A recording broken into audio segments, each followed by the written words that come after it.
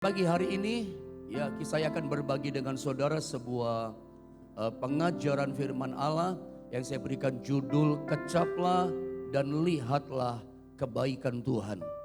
Mari kita baca ayatnya dalam Mazmur pasal 34. Kita baca di ayat yang ke-9. Mungkin bisa jadi di Alkitab saudara ada ayat yang ke-8. Mungkin di Alkitab yang manual kertas tuh kayaknya ayat 8.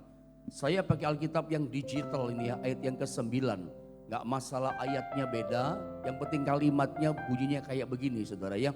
Sama-sama kita membacanya Mazmur 34 di ayat yang ke-9. 1, 2, dan 3.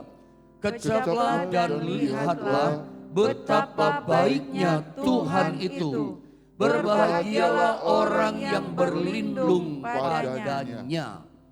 Kita suka menyanyikan lagu ini biasanya ya, kecaplah dan lihatlah betapa baiknya Tuhan itu. Nah pagi ini kita akan sama-sama bahas tentang untuk kita mengecap dan melihat kebaikan Tuhan dalam hidup kita. Ya, coba Anda langsung lihat pada PowerPoint yang saya beri pada saudara. Mazmur 34 di ayat 39 itu dibuka dengan kalimat begini, kecaplah dan lihatlah. Ada dua kata yang berbeda, ya jelas kata kecaplah dan lihatlah dua kata yang tidak sama. Dan tentu saja makna kata kecap dan lihatlah itu pasti berbeda. Biasanya setahu kita di dunia ini selama ini kata kecaplah ini, kata ini seringkali digunakan dipakai untuk makanan. Atau mungkin semacam minuman juga boleh ya. Minum sesuatu yang manis atau yang bagaimana, atau makanan yang rasa bagaimana seringkali digunakan kata kecap. Kecap itu untuk pakai makanan. Tapi perhatikan, biasanya sebelum kita makan mengecap makanan atau minuman yang di depan saya ini, biasanya kita tuh lihat dulu. Ketika pengerja gereja menyediakan minum untuk saya, sebelum saya minum saya lihat dulu. Tusuknya pun saya lihat keadaannya bagaimana. Permukaan gelas ini pun saya lihat dulu. Saya belum berani mengecap minum sebelum saya lihat. Jangan sampai tusukannya kotor, penyok, atau permukaannya kotor gak layak minum. Sebelum saya minum saya lihat airnya bersih gak? Kelihatan kan soal bening saudara ya. Lihat dulu baru kecap. Sama dengan saudara ketika disodorkan makanan di depan saudara. Saya yakin semua kita gak ada yang beda. Saya bukan sedang memaksakan pandangan saya sama saudara. Sebab di dunia ini kalau bicara makanan, kecap makanan, kita lihat dulu baru mengecap. Gitu saudara ya. Anda mau makan bakso, Anda mau makan nasi goreng, sebutlah makan apa saja dalam hidup saudara. Saya yakin sekali sebelum Anda taruh sendok di makanan, Anda masukkan di mulut, Anda pasti lihat dulu tuh makanan. Bersih enggak? Jangan-jangan ada yang kotor. Jangan-jangan ada sesuatu yang gak boleh dimakan ada di situ. Lihat dulu baru kita kecap. Lihat dulu baru kita makan. Setuju saudara? Sependapat gak dengan saya? Kalau kita makan, kita itu lihat dulu baru kita kecap. Jadi seolah-olah maksud saya begini. Seolah-olah sepertinya kalau kita pakai otak kita, logika kita. Kayaknya terbalik nih firman Allah. Betul tidak? Kayaknya terbalik menulisnya. Gak terbalik. Itu kalau kita kecap ngomong makanan, lihat dulu baru kecap, lihat dulu baru makan. Itu kalau kita bicara makanan minuman. Kecaplah di sini tidak bicara makanan loh. Kecaplah di sini dan lihatlah di sini bicara tentang kebaikan Tuhan yang kita mesti kecap. Saya kasih statement di bawahnya untuk saudara. Kita tidak akan pernah bisa melihat kebaikan Tuhan dalam hidup kita kalau kita nggak mengecap dulu kebaikannya. Selama saudara nggak bisa mengecap kebaikannya, nggak bisa merasakan kebaikannya. Aduh Tuhan baik Pak dalam hidup saya. Saya gini-gini ngalami gini Pak. Dan saya merasakan aduh Tuhan itu baik sekali. Tuhan itu indah, Tuhan itu keren, Tuhan itu luar biasa. Sebelum Anda belum bisa mengecap, merasakan betapa baiknya Tuhan, Anda nggak pernah bisa melihat. Anda akan kesulitan, gak pernah bisa lihat Tuhan itu baik. Gak pernah bisa lihat kebaikan Tuhan selama Anda gak bisa rasa. Makanya kalimat firman Allah, kecap dulu baru lihat. Sebelum kita bisa mengecap kebaikan Tuhan, Anda gak bisa lihat kebaikannya. Dan ini merupakan hal yang penting, satu contoh yang paling realita yang sedang kita hadapi di masa pandemi Corona COVID-19. Ya, kalau saya gembala ngomong sharing sama jemaat, ya banyak yang berkata begini, sulit melihat kebaikan Tuhan. Rata-rata jemaat orang Kristen berkata, baiknya Tuhan di mana pendeta? Apa kebaikannya? Baiknya di mana masa pandemi? Karena maklum, di masa-masa pandemi yang hampir 2 tahun lebih, dampak pandeminya ini yang kita katakan gak baik. Goncang ekonomi, ya kan? Ada beberapa jemaat anak Tuhan di PHK, kehilangan pekerjaan. Kenapa kehilangan pekerjaan? Karena pandemi, ya kan? Omsetnya turun, kehilangan job.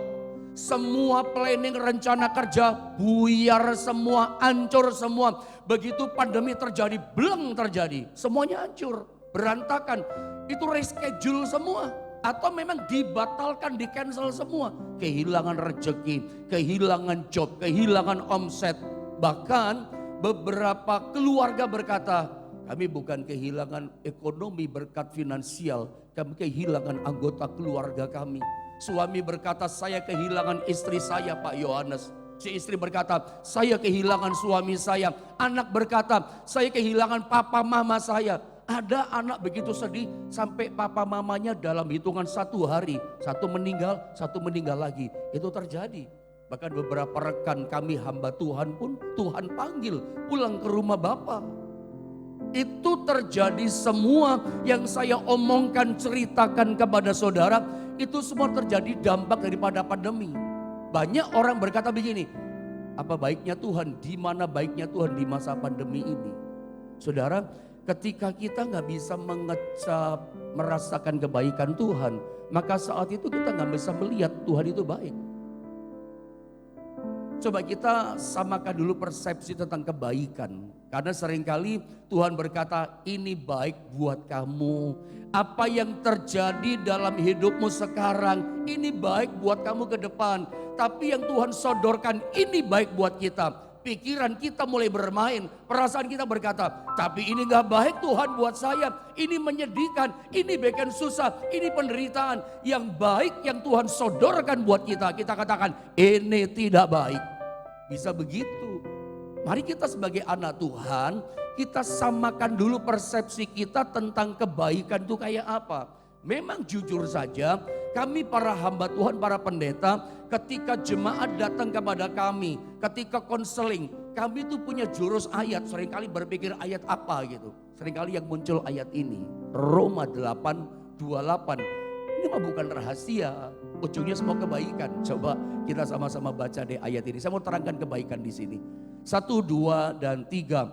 Kita tahu sekarang bahwa Allah turut bekerja dalam segala sesuatu untuk mendatangkan kebaikan bagi mereka yang mengasihi Dia, yaitu bagi mereka yang terpanggil sesuai dengan rencana Allah. Bahwa dalam ayat ini Roma 8:28, Tuhan itu punya rencana yang utama, planning buat kita. Apa rencananya? Mendatangkan kebaikan buat kita. Apapun yang kita alami, apapun yang terjadi dalam hidup kita, yang kita katakan gak baik, yang kita katakan ini sulit, ini kesukaran. Tapi ternyata di balik semua hal yang kita alami, Alkitab katakan semua Tuhan punya rencananya adalah ujungnya adalah mendatangkan kebaikan. Jadi kalau sekarang saudara belum melihat itu kebaikan, Anda mesti percaya ujungnya Anda akan lihat kebaikan. Kalau sekarang yang terjadi dalam hidup saudara di masa pandemi yang 2 tahun lebih belum selesai, saudara tidak bisa merasakan kebaikannya. Anda gak bisa menikmati kebaikannya. Ya Anda akan sulit untuk melihat berkata, Tuhan itu baik loh. Sulit. Anda akan tidak bisa, kesulitan melihat kebaikan Tuhan. Karena gak bisa rasa. Di masa-masa ini kalau Anda gak bisa merasakan kebaikan Tuhan, ya ini yang terjadi. Sebetulnya apa sih kebaikan Tuhan di balik pandemi? Coba kita pahami sama-sama ya. Kita samakan persepsi. Supaya selesai ibadah, persepsi kita sama. Pandangan kita sama, sudut pandangnya tentang kebaikan. Sebetulnya kebaikan dalam ayat ini, itu kebaikannya turun di ayat 29. Ya, kebaikan. Coba saya ngomong gini sama saudara ya. Apakah saudara sepakat setuju gitu kira-kira sama saya? Kalau saya berkata bahwa kesuksesan itu adalah kebaikan. Jadi saudara bisa pendapat gak? Orang sukses itu kebaikan. Orang berhasil dalam bisnisnya, oh itu kebaikan. Hal-hal yang menyenangkan, hal-hal yang manis, hal-hal yang indah yang terjadi dalam hidup kita, kita katakan, wah itu kebaikan. Sepakat gak? Kesuksesan, keberkatan, ya rezeki yang limpah, hal-hal berkat yang datang sama kita, kita katakan, oh itu kebaikan. Setuju gak? Tunggu dulu saudara ya, tunggu dulu. Belum tentu, berdasarkan ayat ini belum tentu kebaikan. Karena gini, kalau berkat yang limpah datang sama kita, ya kesuksesan, jobnya banyak, atau apa ya, kedudukan jabatannya naik gitu ya, dari sales jadi manajer, dari manajer jadi direktur, wah naik pangkatnya, kedudukan jabatannya, loh itu kebaikan kelihatannya. Tetapi kalau naik pangkat, naik jabatan, naik gajinya, sukses, berkat datang limpah, mengalami hal yang manis, indah, luar biasa. Semua yang kita alami, yang kita sebut kebaikan itu menurut pikiran kita, itu ternyata dampaknya membuat kita mundur dari Tuhan. Kasih kita jadi lontor, kita makin jauh dari Tuhan. Dulunya setia berdoa, dulunya setia ibadah hari Minggu, lama-lama mundur lontor imannya. Saya mau kasih tahu, berdasarkan Roma 8:28 itu bukan kebaikan. Saya tahu khotbah model begini orang Kristen duniawi susah nangkep. Orang Kristen yang pikirannya masih duniawi akan menolak pengajaran seperti ini. Nggak suka. Saudara yang, tapi dengarkan dulu gitu ya. Ini secara rohani saya katakan sama saudara. Bahwa ternyata berkat yang menyenangkan datang sama kita. Itu kalau membuat kita jauh dari Tuhan. Itu bukan kebaikan loh. Justru di masa pandemi. Mungkin ada yang di PHK. Ada kehilangan pekerjaan. Jobnya hilang. Omsetnya turun drastis. Ketika engkau mengalami penurunan, ketika engkau mengalami hal-hal yang tidak engkau harapkan, maafkan saya, bikin sedih kata-kata saya. Ada anggota keluarga saudara yang dipanggil oleh Tuhan, tapi engkau tidak ngomel. Justru situasi yang menyulitkan, tidak menyenangkan dagingmu itu membuat engkau merapat mendekat kepada Tuhan. Membuat engkau bersyukur menyembah Tuhan. Tetap cinta Tuhan, tetap taat kepada Tuhan. Makin setia berbakti kepada Tuhan. Itu kebaikan loh. Ngalami masalah, tambah dekat sama Tuhan. Ngalami kesukaran, makin angkat tangan berharap kepada Tuhan. Itu kebaikan. Karena memang Roma 8:28 kebaikannya itu kayak begini. Tolong multimedia saya disediakan Roma 8 ayat 29. Kebaikannya kayak gini loh. Jadi Roma 8:28 ini kebaikannya itu bukan dalam pikiran kita, oh berkat hal menyenangkan. Bukan cuman itu. Ini sebetulnya esensinya. Roma 8:28 coba sama-sama kita baca ayat ini. 1, 2, dan 3. Sebab semua orang yang dipilihnya dari semula, mereka juga ditentukannya dari semula untuk menjadi serupa dengan gambaran anaknya, supaya ia anaknya itu menjadi yang sulung di antara banyak saudara. Clear, jelas. Bahwa ternyata rencana Allah yang mendatangkan kebaikan dalam hidup kita, itu tujuannya ini kebaikan. Dari semula kita dipilihnya, ya ditentukannya dari semula menjadi serupa dengan gambaran anaknya. Serupa segambar seperti Yesus, sepadan seperti Yesus. Caranya bagaimana? Ya lewat kebaikan tadi. Yang kebaikan belum tentu itu berkat loh saudara ya. Jadi kalau hari ini di masa-masa pandemi yang sedang terjadi hari ini, ada mengalami kesukaran, mengalami kesulitan, mengalami hal-hal yang kau tidak harapkan. Tapi kau bisa menikmati itu. Saudara nangkep maksud saya ya. Situasi yang gak senang saudara alami. Gak ada manisnya Pak. Kesulitan saya alami. Tapi di tengah-tengah kesulitan, penurunan yang tidak menyenangkan, saudara bisa menikmati Tuhan di dalamnya. Tetap bisa lihat kebaikan Tuhan. Karena kalau kita bisa merasakan, tetap aku ada kebaikan Tuhan, tetap Tuhan baik. Anda bisa lihat kebaikan Tuhan. Kalau enggak ya tertutup matamu, semuanya kelihatannya gak baik. Coba kita kembali kepada Mazmur 34 tadi ayat 9 tentang kecaplah dan lihatlah. Saya coba searching, coba cari tahu tentang kata mengecap. Ternyata kata mengecap dalam terjemahan bahasa Ibrani, teks Ibrani Hebrewnya itu disalin dengan kata ta'am. Ta'am dalam bahasa Inggris artinya adalah to taste. To taste yang pertama artinya merasakan. Yang kedua mencicipi, mengecap yang dipakai ayat tadi perjanjian baru. Tapi yang ketiga ini yang keren menurut saya tertarik sekali. Kata ta'am ternyata artinya adalah menikmati. Nah ini bisa menikmati ketidaknikmatan, bisa menikmati kesukaran, bisa menikmati kesulitan, realita yang Tuhan izinkan terjadi dalam hidup kita. Itu ujungnya kita akan melihat kebaikan Tuhan. Anda bisa mengecap ketidaknikmatan, nanti Anda bisa melihat kebaikan itu. Ya, kita tidak akan dapat melihat kebaikan Tuhan, lihat statement ini kembali, kalau kita ya nggak mencoba belajar menikmati. Jangan tolak dulu. Jadi setiap hal yang Anda nggak harapkan terjadi, Anda jangan keraskan hati dulu, tebalkan matamu berkata aku nggak suka ini. Tuhan nggak baik ini, tunggu dulu. Jangan terlalu cepat menghakimi, mengambil keputusan Tuhan nggak baik.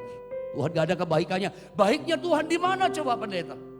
Semua rata-rata di masa pandemi berkata, baiknya Tuhan di mana, baiknya Tuhan di mana, baiknya Tuhan di mana. Coba belajarlah merenungkan firman Tuhan pagi ini, menikmati ketidaknikmatan yang sedang terjadi hari ini, yang Anda sedang alami. Kalau Anda gak bisa menikmati yang sekarang yang terjadi, Anda gak bisa lihat loh kebaikan Tuhan. Sulit lihat kebaikan Tuhan.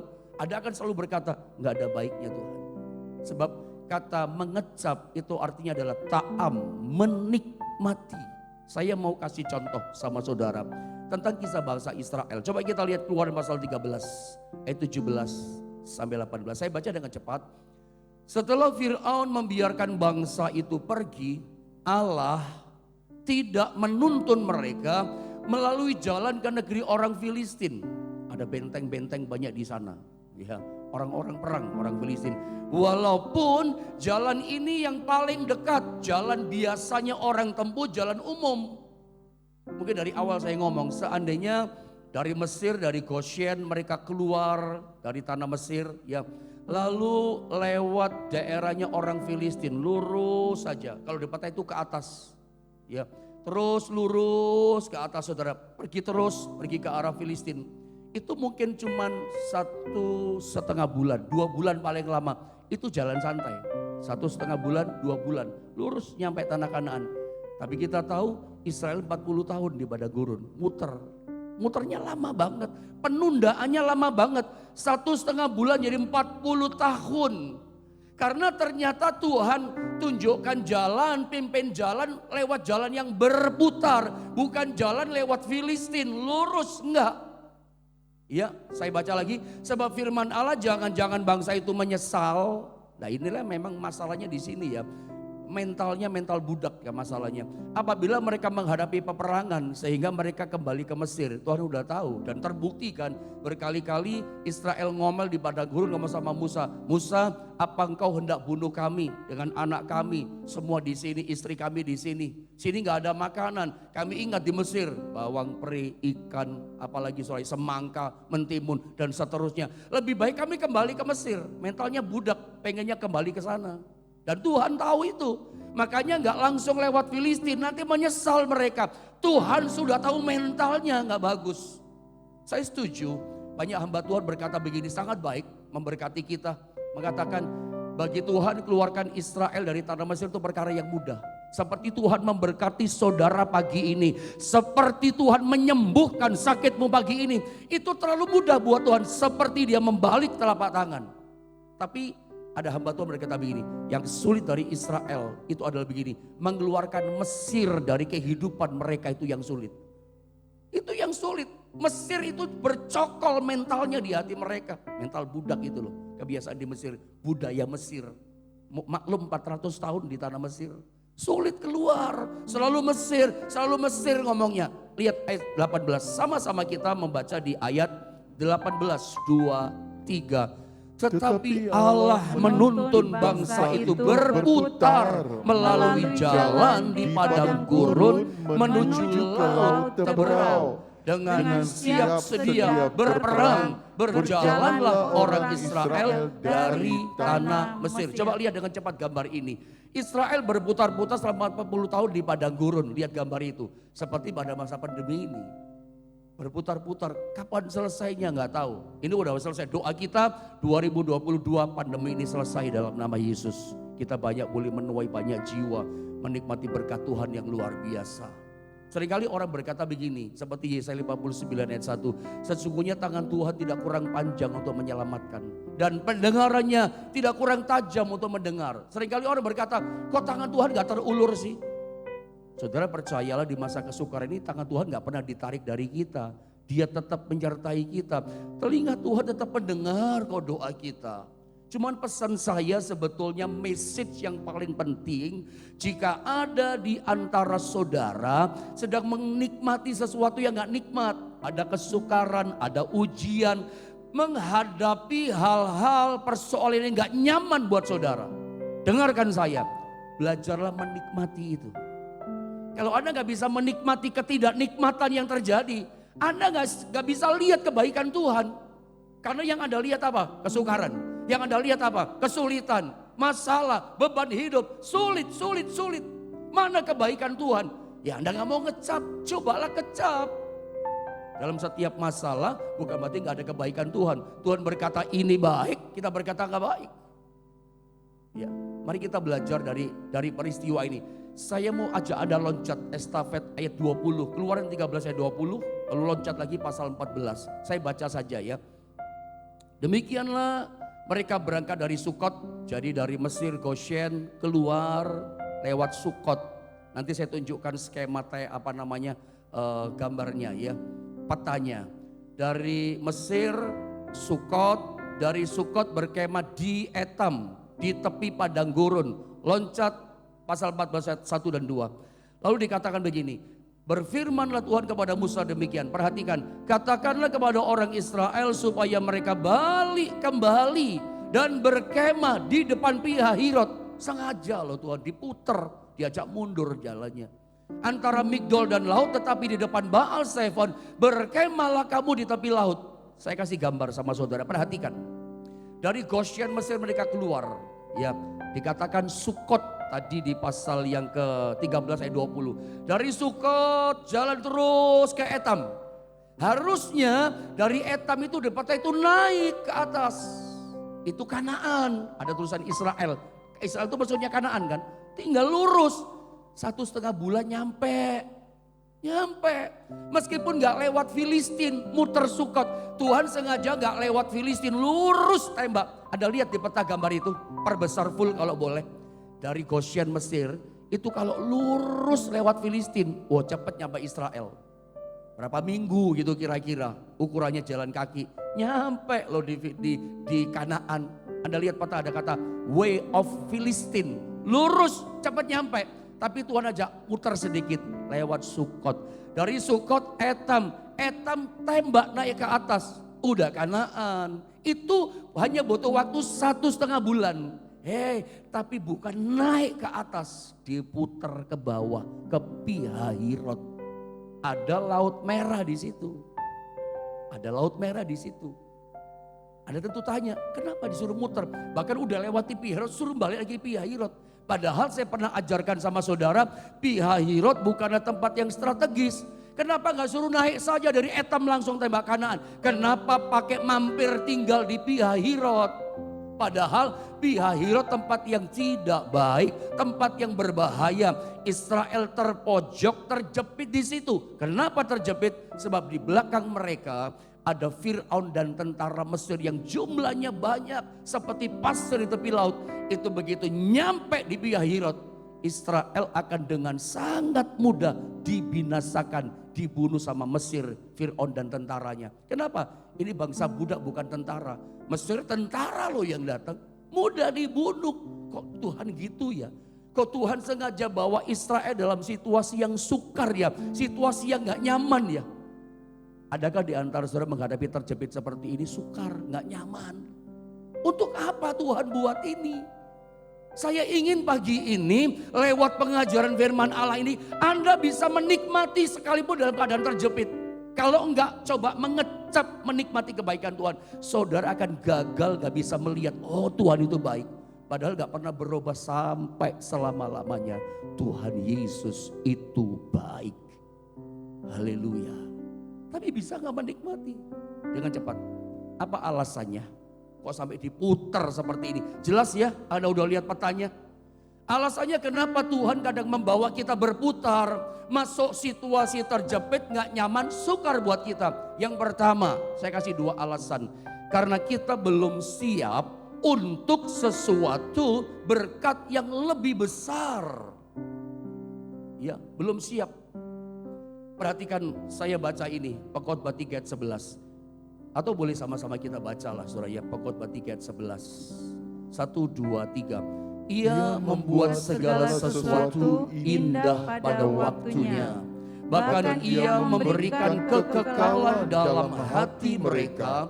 Tetapi manusia tidak dapat menyelami pekerjaan yang dilakukan Allah dari awal sampai akhir. Jelas. Kita gak ngerti, gak bisa menyelami yang dikerjakan dari awal sampai akhir.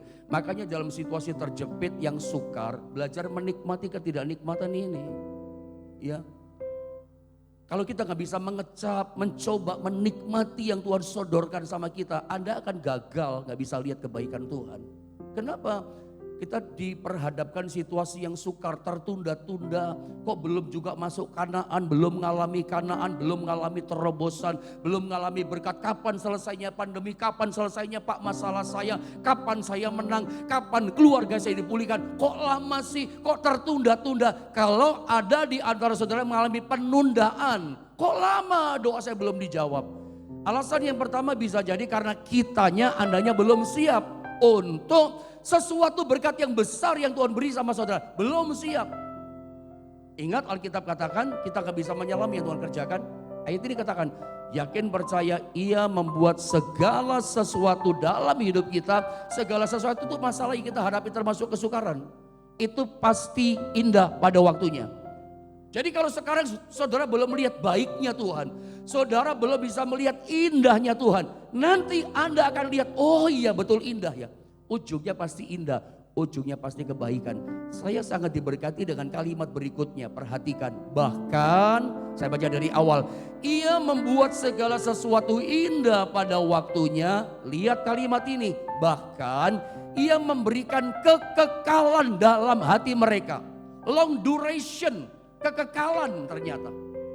Masa depan yang lebih panjang. Bahkan ia memberikan kekekalan masa depan yang lebih panjang dalam hati mereka hidup kita.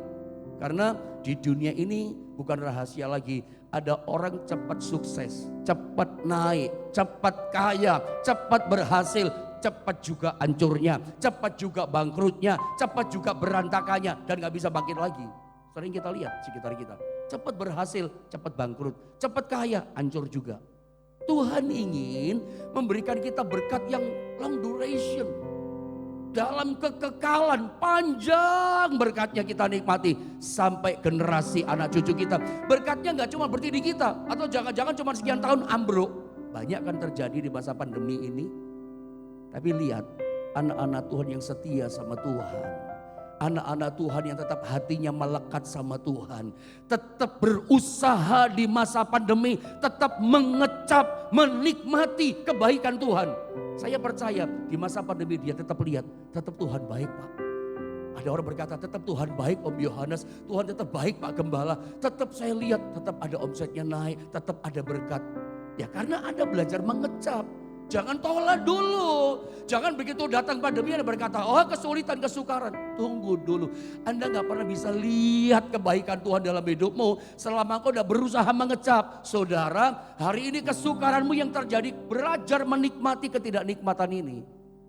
Dan ternyata di balik semua yang terjadi, Tuhan punya rencana memberikan masa depan yang panjang dalam kekekalan long duration kepada kita. Bukan pendek, sukses sebentar, hancur. Menang sebentar, kalah lagi. Bukan itu. Yang kedua dengan cepat. Alasan Tuhan membawa kita berputar, mengalami situasi sukar. Karena Tuhan mau bawa Israel menyeberang laut Teberau. Israel itu 400 tahun diperbudak sama Mesir. Ternyata Tuhan suruh berputar di padang gurun, lewat laut Teberau. Tuhan punya rencana ini supaya musuh besar mereka, masalah besar mereka itu tenggelam. Coba lihat ayat terakhir, kita baca sama-sama deh ya. Keluaran 14 di ayat 13. Keras sama-sama kita baca 2, 3. Tetapi berkatalah Musa kepada bangsa itu, janganlah takut, berdirilah tetap dan lihatlah keselamatan dari Tuhan yang akan diberikannya hari ini kepadamu. Sebab orang Mesir yang kamu lihat hari ini tidak akan kamu lihat lagi untuk selama-lamanya. Katakan amin. Masalahmu gak kamu lihat lagi. Masalah besarmu udah dikubur sama Tuhan, dikalahkan sama Tuhan. Tuhan yang buat. Sengaja Tuhan bawa berputar, sengaja Tuhan bawa gak nikmat, terjepit, terpojok. Aduh gak bisa apa-apa. Ternyata Tuhan punya tujuan. Tuhan mau belah Laut Merah. Untuk apa? Supaya musuh besar mereka Mesir tenggelam di situ. Musuh besar, ini ayat ini luar biasa, powerful. Sehingga kamu tidak lihat lagi Mesir untuk selama-lamanya. Mesir nanti ke depan Tuhan tahu. Nanti ke depan setelah Mesir ini terkubur, di depan akan menghadapi Amon, Moab, hadapi Filistin. Tapi dengar, Filistin, Amon, Moab, kekuatannya itu gak sebanding dengan Mesir. Mesir itu negara superpower, negara adidaya. Secara politik, secara militer, secara finansial ekonomi. Ini superpowernya. Lihat perjanjian lama. Ketika kelaparan zaman Abraham, Abraham mau ke Mesir karena ekonominya kuat. Ishak ketika kelaparan mau ke Mesir. Mesir negara adidaya pada zaman itu. Secara ekonomi menjanjikan dan kuat. Dia paling kuat. Tidak ada negara-negara di dunia pada waktu itu bisa kalahkan Mesir. Mesir terhebat dan terkuat dalam semua hal. Terbesar. Nah, Tuhan kalahkan dulu yang terbesar. Makanya gini saudara ya. Setelah peristiwa Keluaran 14 dan 13 seterusnya, Mesir itu dikubur sama Tuhan di Laut Teberau. Israel tidak pernah perang lagi dengan Mesir. Anda pernah dengar gak Mesir perang sama Israel? Gak ada. Sampai sekarang firman digenapi loh, jangan main-main. Gak ada Mesir sekarang perang sama Israel. Mereka belajar dari sejarah ini, kepahitan ini. Gak berani main-main sama Israel kalau Anda tahu. Yang besar dihancurkan dulu, yang besar dikalahkan dulu. Gak ada perang lagi dengan Mesir. Masih nanti kemudian menghadapi Amon, Moab, Filistin. Masalah yang biasa. Yang besar udah dikalahkan. Hari ini percaya. Yang kita katakan oh masalah besar. Tuhan akan turun tangan menolong saudara. Tangan Tuhan tidak pernah ditarik dari kita. Telinganya tetap mendengar doa-doa saudara. Kalau kita diizinkan mengalami kesukaran. Pesan saya coba belajar kecap. Jangan tutup mulut. Jangan tutup hati. Belajar mengecap kesukaran. Karena dalam setiap kesukaran percaya gitu. Itu nanti akan indah pada waktunya jadi baik. Dalam kesulitan ada kebaikan. Jadi mindsetnya berubah ya. Begitu datang kesukaran, Anda mesti lihat, wah ini kebaikan Tuhan. Bisa dirubah enggak pikiran ini? Dibalik, diputar pikirannya dengan iman dalam nama Yesus. Setiap kesulitan, setiap kesukaran datang, Anda mesti berpikir gini dengan iman. Ini ada kebaikan Tuhan yang besar. Kalau Anda bisa menikmati ketidaknikmatan, Anda pasti lihat, wah betul kebaikannya luar biasa. Ternyata musuh masalah kita dikalahkan Tuhan. Kanaan berkat yang besar Tuhan sediakan buat setiap kita.